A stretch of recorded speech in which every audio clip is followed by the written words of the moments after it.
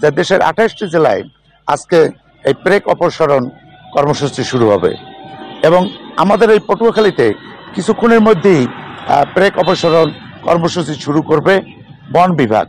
এখানে জেলা প্রশাসন, পুলিশ প্রশাসন, স্কুল কলেজের শিক্ষার্থীরা, বিভিন্ন সামাজিক সংগঠনের নেতৃবৃন্দ, সদস্যবৃন্দ এবং সুশীল সমাজের ব্যক্তিবর্গ, সাংবাদিক, সর্বস্তরের মানুষ এই কর্মসূচিতে অংশ নেবে এবং এই কর্মসূচির উদ্দেশ্যই হচ্ছে গাছের স্বাভাবিক জীবন প্রবাহ সচল রেখে একটি গাছ যেন দীর্ঘদিন ধরে মানুষের সেবা করতে পারে, জীবনকে বাঁচিয়ে রাখতে কাজ করে যেতে পারে, মানুষের মাঝে অক্সিজেন সরবরাহ করতে পারে এবং এই কর্মসূচির মাধ্যমে জেলার প্রতিটি অঞ্চলে, উপজেলা, থানা এবং ইউনিয়ন এবং গ্রাম পর্যায়ে এই কর্মসূচি অব্যাহত রাখবেন এমনটাই আমাদেরকে জানিয়েছেন পটুয়াখালীর বন বিভাগ এবং জেলা প্রশাসন।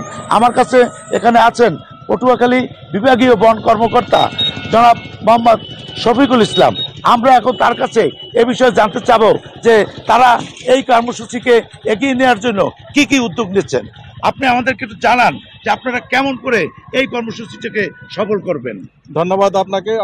আপনারা জানেন যে গত 31শে ডিসেম্বর মাননীয় উপদেষ্টা মহোদয় আমাদের এই কর্মসূচি জাতীয়ভাবে পর্যায়ে উদ্বোধন করেছেন।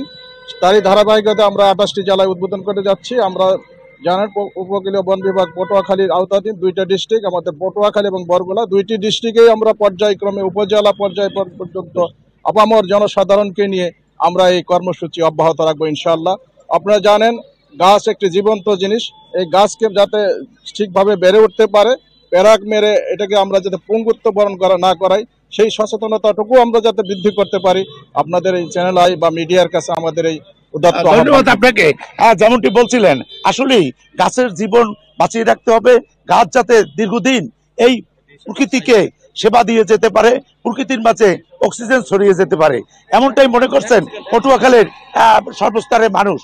তবে এখন এই আমাদের মাঝে উপস্থিত হয়েছেন পটুয়াখালীর জেলা প্রশাসক।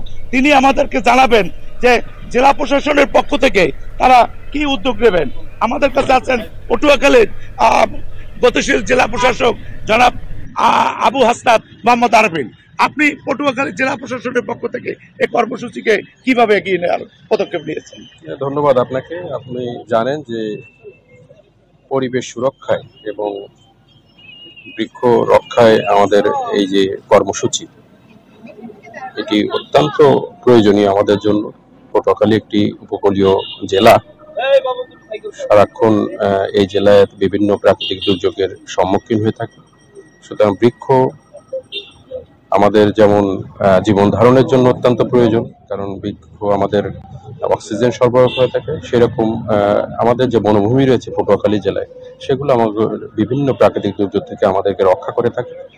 আপনাদের মাধ্যমে পটুয়াখালীর সব মানুষের কাছে, সমগ্র মানুষ জনতার কাছে আবেদন করতে চাই, আমরা যেন বৃক্ষরাজি ধ্বংস না করি, বৃক্ষকে রক্ষা করি। ধন্যবাদ আপনাকে। এই ছিল আমার কাছে এখন পর্যন্ত সর্বশেষ। পরবর্তীতে নতুন কোনো সংবাদে যুক্ত হতে পারলে আপনাকে আবার জানাতে পারবো।